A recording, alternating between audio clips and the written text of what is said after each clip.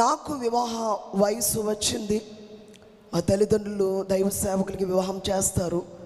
అదే మా నాన్నగారు చెప్తూ ఉండేవారు. 7 సంతానం ఎంత చదివినా దేవుని సేవకి మా అమ్మగారు ప్రతిష్ఠించుకున్నారు, సమర్పణ చేసుకున్నారు. నాకు వివాహ వయసు వచ్చినప్పుడు నేను దేవుణ్ణి అడిగాను, తండ్రి, చాలామంది దైవ సేవకులు ఉంటారు, కానీ మీరంటే ప్రాణమిచ్చే దైవ సేవకుని నాకు భర్తకి ఇవ్వండి ప్రభు అని దేవుణ్ణి అడగడం జరిగింది. ఎందుకంటే సేవ అంటే నాకు చాలా ఇష్టం. దేవుని కొరకు నేను ఉపయోగపడాలి. అందువల్ల దేవుని సన్నిధిలో ప్రార్థించినప్పుడు దేవుడు ఆయన కార్యాన్ని అడుగు వాటినిటికంటే, ఊహించు వాటినిటికంటే అత్యధికముగా చేయ శక్తి కలిగిన దేవుడని ఎఫెసీ పత్రికలో వ్రాయబడినట్లు 3వ అధ్యాయం 21 వచనం వ్రాయబడినట్లు అడిగిన దానికంటే అధికమైనటువంటి గొప్ప కార్యాన్ని దేవుడు నా జీవితంలో చేశారు. అయితే నాకు పెళ్ళైనప్పటికీ కూడా ప్రార్థన చేయడం అంటే భయము. అయ్యగారేమో చాలా బలంగా దేవుని కొరకు వాడబడుతున్నారు. నేనేమి నా ప్రార్థన ఎట్లా ఉండేదంటే, నేను ప్రేయర్ చేస్తే నా ప్రక్కన ఉన్న వాళ్ళు కూడా వినబడదు, అంత చిన్నగా నేను ప్రార్థన చేస్తాను. బైబిల్ చదివేదాన్ని, చిన్నప్పటి నుంచి నేను బైబిల్ బాగా చదివేదాన్ని. ప్రతిరోజు ఉదయము కొన్ని అధ్యాయులు బైబిల్ చదివేదాన్ని. నాకు అలవాటు అది. నాకు పాటలు అంటే బాగా ఇష్టం. చర్చిలో పాటలు పాడేదాన్ని. వాక్యం అంటే దైవ సేవకులు వాక్యం చెప్తుంటే ఎప్పుడే నేను పోగొట్టుకుంటే ఆ రాత్రంతా ఏడ్చేదాన్ని. వాక్యం అంటే చాలా ఇష్టం. కార్యక్రమాలంటే చాలా ఇష్టం. సభలైపోతే చాలా బాధపడేదాన్ని. అప్పుడే సభలు అయిపోయినాయి అని చాలా ఫీల్ అయ్యేదాన్ని. కానీ నాలో ఒక భయము, ప్రార్థన చేస్తే నా ప్రక్క వారు కూడా వినబడేది కాదు. అయ్యగారేమో బలంగా వాడబడేవారు. మాకు 4 కుమార్తెలను దేవుడిచ్చారు. మీరు అనుకోవచ్చు చాలామంది ఒక్క కొడుకు కూడా పుట్టలేదు, 4 కుమార్తెలని మీరు అనుకోవచ్చు. కానీ మాకు 2వ సంతానంగా బాబును దేవుడిచ్చారు. అద్భుత శునేమి తర్వాత ఒక బాబును దేవుడు మాకు అనుగ్రహించారు. ఆ బాబు ప్రభునందు నిద్రించడం, ప్రభు సన్నిధిలో ఉండడం జరిగింది. ఆ టైంలో నేను మరింతగా ఒక రకమైనటువంటి బాధకు గురయ్యాను. ఏంటి అంటే, బాబు చనిపోయాడు అనబడేది కాకుండా నేను దేవుని కొరకు ఏం చేయగలుగుతున్నాను, దేవునికి నేను ముఖ్యంగా ఈ సేవలో నేనేమి ఉపయోగపడుతున్నాను. ఒక్కరే బలంగా వెళుతున్నారు కానీ నేనేమైనా చేయగలుగుతున్నా, నేను ఉపయోగపడుతున్నానా, నా వల్ల ఏమన్నా ప్రయోజనం ఉందా, ఈ వేదన నాలో ఎక్కువగా ఉండేది ప్రియులారా. అందుకు దేవుని సన్నిధిలో ప్రార్థించు ఏడుస్తూ ఉండేదాన్ని. అయితే దేవుడు ఒక కార్యాన్ని చూపించారు. దేవుని ఆత్మ నేను పొందుతున్నట్లుగా ఒకసారి ప్రభు చూపించారు. ఒక రాత్రి నాలో ఒక నిరాశ, అక్కడ నా జీవితం ఎందుకు అనబడే ఒక బాధ నాలో ఎక్కువైపోయింది. దేవుని కొరకు నేను ఏం చేయలేకపోతున్నాను. అంతకుముందు అయ్యగారు అన్నారు, నేను దేవుని సన్నిధిలో వాక్యం చెప్పడం నిలబడతా, నువ్వు 7 మెట్ల ధ్యానం చేయాలి అని అయ్యగారు అన్నప్పుడు నేను అన్నాను, నేను ఏ పాటి దాన్ని వాక్యం 7 మెట్ల ధ్యానం చేయడానికి నాకంత శక్తి ఎక్కడుంది, నేను యోగ్యురాలనా, దేవుడు నన్ను వాడుకుంటారా, నాకంత శక్తి ఉందా, నేను ఏ పాటి దానని చెప్పి నేను అయ్యగారితో అన్నాను. అది అన్న తర్వాత నాలో ఇంకా నాకు ఎక్కువైపోయింది. ధ్యానం చేయమని చెప్పారు. ధ్యానము కూడా నేను చేయలేని, అంటే అంత బలహీనరాలుగా నేను ఉన్నానని చెప్పి చాలా నేను వేదన పడ్డాను. ఒక రాత్రి నాలో ఉన్న వేదన ఎక్కువైపోయింది.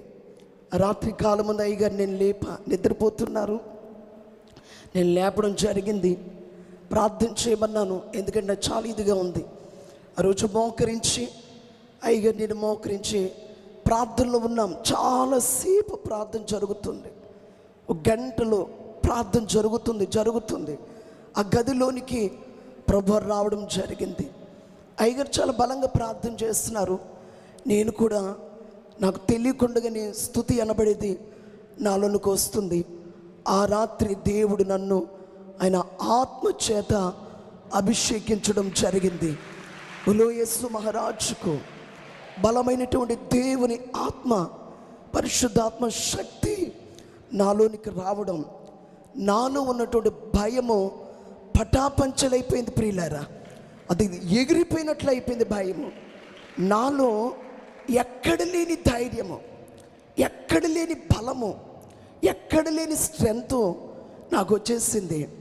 నాకు బలంగా ప్రార్థన వస్తుంది, బలంగా స్తుతి వస్తుంది, బలంగా దేవుని గణపరుస్తున్న, ఆగడం లేదు స్తుతి, చాలా బలమైనటువంటి స్తుతి. ఇక నాలో ఎంతో సంతోషము, ఎంతో ఆనందము. అప్పటి వరకు నాకు లేనటువంటి ఆనందము, లేనటువంటి సంతోషము నా హృదయంలో కలిగింది. ఆ రోజే ప్రభు ఆయన దాసులుగా అయ్యగారికి మాట తెలియజేశారు. అంతకుముందే నేను నా చిన్నప్పుడు నేను చనిపోయినటువంటి స్థితి 2 పర్యాయాలు కలిగిన నా జీవితంలో 2 పర్యాయాలు నేను చావు స్థితి కలిగింది.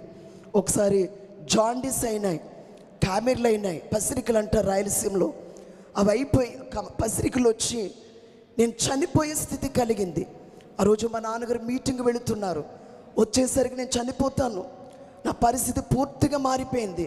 నా శరీరం అంతా వాసిపోయిందట, నా కళ్ళు పచ్చగా అయిపోయినాయి, ఈగలు వచ్చి నా శరీరం అంతా వాలిపోతున్నాయి, పొట్టంతా ఉబ్బిపోయి శరీరం అంతా వాచిపోయి భయంకరంగా లాస్ట్ స్టేజ్. మా నాన్నగారు మీటింగ్కి వెళ్ళాలి, అక్కడ సువార్త చెప్పాలి. నేను వెళితే కుమార్తె చనిపోతుంది, కానీ వెళ్ళకపోతే అక్కడ సువార్త ఆగిపోతుంది. ప్రభుకి అప్పగించి మా నాన్నగారు మీటింగ్కి వెళ్ళిపోయారట. మీటింగ్కి వెళ్ళి అక్కడ దేవుని వాక్యం చెప్తుండగా మా నాన్నగారికి ఒక స్వరం వినబడుతుందట, నా కుమారుడా, ఇప్పుడే నా కుమార్తెని నేను స్వస్థపరుస్తున్నాను అని. యేసు మహారాజుకు మా నాన్నగారికి వాక్యం చెప్తున్నప్పుడే ఆ స్వరం వినిపించిందట. ఆ సభ ముగించుకున్న రాత్రికి మా నాన్నగారు 3:30 ఆ టయానికి, ఎప్పుడు అదే టయానికి సభలింతరతో వచ్చేవారు. తెల్లవారేసరికి నేను అంతకుముందు మా నాన్నగారు వెళ్ళే ముందు భయంకరమైన అనారోగ్య పరిస్థితిలో ఉన్న నేను ఆ తెల్లవారేసరికి నా పరిస్థితి పూర్తిగా మారిపోయిందట. యేసు మహారాజుకు శరీరంలో వాపు లేదు, అది కళ్ళు తెల్లగా అయినాయి. అసలు జబ్బు వచ్చినటువంటి అనారోగ్యం కలిగినటువంటి ఆ రీతి లేకుండా సంపూర్ణముగా దేవుడు స్వస్థపరిచారని మా తల్లిదండ్రులు చెప్పేవారు. యేసు మహారాజుకు. ఎందుకంటే ఇది నా చిన్నతనంలో జరిగిన సన్నివేశం, నాకు ఇది తెలీదు. నాకు తెలియనటువంటి సమయంలో జరిగిన కార్యం మా అమ్మగారు మా నాన్నగారు దైవ సేవకులు వారు చెప్తూ ఉన్నప్పుడు నేను వినేదాని సాక్ష్యాన్ని. మరొకసారి మా నాన్నగారు మా అమ్మగారు మాట్లాడుకుంటుండగా మా అమ్మగారు పాలు మరగబెట్టి ఆ డేక్ష తీసి కింద పెట్టారు, పాలు గిన్నె. మా అమ్మ మా నాన్నగారు మాట్లాడుతుంటే వారి మధ్య నేను నవ్వుకుంటూ సంతోషంగా తిరుగుతూ ఉండగా ఆ పాలు గిన్నె నేను తన్ని పడిపోతే ఆ పాలన్నీ నా మీద ఒలికిపోయి ఆ పాల గిన్నె నా మీద పడి నా శరీరం అంతా కాలిపోయింది ప్రియులారా. ఎంతంటే నేను చిన్నదాన్ని, నా ఫ్రాక్ తీస్తుంటే ఫ్రాక్తో పాటు చర్మము కూడా ఊడొచ్చిందట. అంత భయంకరంగా నేను కాలిపోయాను. ఆ సమయంలో మా తల్లి చాలా విశ్వాసము కలిగిన తల్లి. మా అమ్మగారు ఒకటే ప్రార్థన, దేవా మీరు స్వస్థపరచగలరు, కుమార్తెను మీరు స్వస్థపరచండి. మెడిసిన్ అంటే మా అమ్మగారు ఒప్పుకునేవారు కాదు, దేవుడే స్వస్థపరుస్తారని. చాలా పట్టుదలిగిన తల్లి, ఎంతమంది చెప్పిన వినలేదు. అప్పుడు మా బంధువులైన వారు డాక్టర్ దగ్గరికి వెళ్ళి విషయాన్ని తెలియజేస్తే వారు కలిగిన దేవుడు గొప్ప దేవుడు, వారు బలంగా విశ్వాసంగా ఉంటారు. బాగైనప్పటికి కూడా ఆ కుమార్తె బాగైన శరీరం అంతా ఆ తెల్లటి మచ్చలే, కాలిపోయిన మచ్చలు ఉంటాయి. ఎప్పటికీ అమ్మాయికి పెళ్ళి కాదు, ఆ మచ్చలతోనే ఉంటుంది అని డాక్టర్ గారు తెలియచేయడం జరిగింది. ఆ సమయంలో మా తల్లి ప్రార్థనను రాసి, అరిటాకులకు ప్రార్థనను రాసి, అరిటాకుల మీద నన్ను పరుండబెట్టి ఆ నా చుట్టూ చేరి కన్నీటితో ప్రార్థన చేయడం మొదలుపెట్టారు. ఆ సమయంలో మా అమ్మగారికి ఒక దర్శనం, నేను చనిపోయినట్లు నా ప్రక్కన ఒక సమాధి పెట్టి రెడీగా ఉన్నట్లుగా మా అమ్మగారు కనబడితే మా అమ్మగారు ఏడుస్తూ దుఃఖముతో ఒక ప్రార్థన చేశారట. తండ్రి, ఈ కుమార్తె బ్రతికితే మీ సేవ చేస్తుంది, ఒకవేళ మీ చిత్తమైతే మీరు తీసేసుకోండి, ఒకవేళ బ్రతికితే మీకు సేవ చేస్తుంది మీ కుమార్తె అని చెప్పి మా తల్లి దేవుని అడిగినప్పుడు దేవునికి గాయ హస్తము నా పైన చాచబడినట్లు మా అమ్మగారు చూచారట. బులో యేసు మహారాజుకు అప్పటి నుండి ఆ గాయం ఎలా తగ్గిపోయిందో, ఆ కాలిందంత ఎలా తగ్గిపోయిందో పూర్తిగా తగ్గిపోయినప్పుడు మా అమ్మగారికి మాట చెప్పారు. మా నాన్నగారు మాట్లాడారట, పలానా డాక్టర్ ఇట్లా చెప్పారంటే మా అమ్మగారు ఒక్కటే అన్నారట, గాయము మాన్పిన దేవుడు మచ్చను మాన్పలేరా అని అన్నారట మా తల్లి. గాయము మాన్పిన దేవుడు మచ్చను, ఆ కాలిన గాయాలు మాత్రము అలాగే ఉంటాయి, పెళ్ళి కాదు, ఆ అమ్మాయిని చూడలేరు, అంత భయంకరంగా అవుతుంది ఆ అమ్మాయిని చెప్పి డాక్టర్స్ అయిన వారు తెలియచేసి, గాయం మాన్పిన దేవుడు మచ్చ మాన్పలేరా. దేవుడు అట్లా రీతిగానే ఒక్క చిన్న మచ్చ కూడా ఈ శరీరములో లేకుండా దేవుడు స్వస్థపరిచారు. బులో యేసు మహారాజుకు సాక్ష్యం చెప్పితే తెలియాలి తప్ప అసలు ఆనవాళ్ళే లేకుండా దేవుడు స్వస్థపరిచారు. అటువంటి పరిస్థితుల్లో దేవుడు ఆయన కృప చూపించి నడిపించారు. చిన్నతనం నుండి సేవ అంటే ఆసక్తి, దేవుని కొరకు ఉపయోగపడాలనే ఆశ ఉండేది. అందుకే చర్చి కడగడము, తొడవడము, దైవ సేవకులు మా ఇంటికి వచ్చినప్పుడు వారికి పరిచర్య చేయడము, దేవునికి ఏదో రీతిగా నేను ఉపయోగపడాలనబడే ఆశ నాలో ఉండేది. అలాగే దేవుడు మ్యారేజ్ విషయంలో గొప్ప అద్భుతం చేశారు.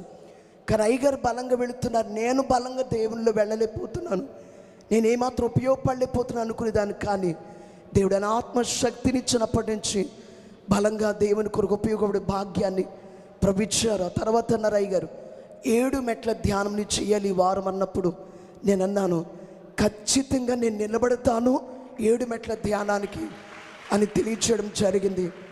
ఆనాటి నుండి నేటి వరకు దేవుడు ఆయన కృప ద్వారా ఆయన పరిశుద్ధాత్మ శక్తితో నిలబెట్టుకుని నడిపిస్తున్నారు. దేవునికి మహిమ కలుగును కాక.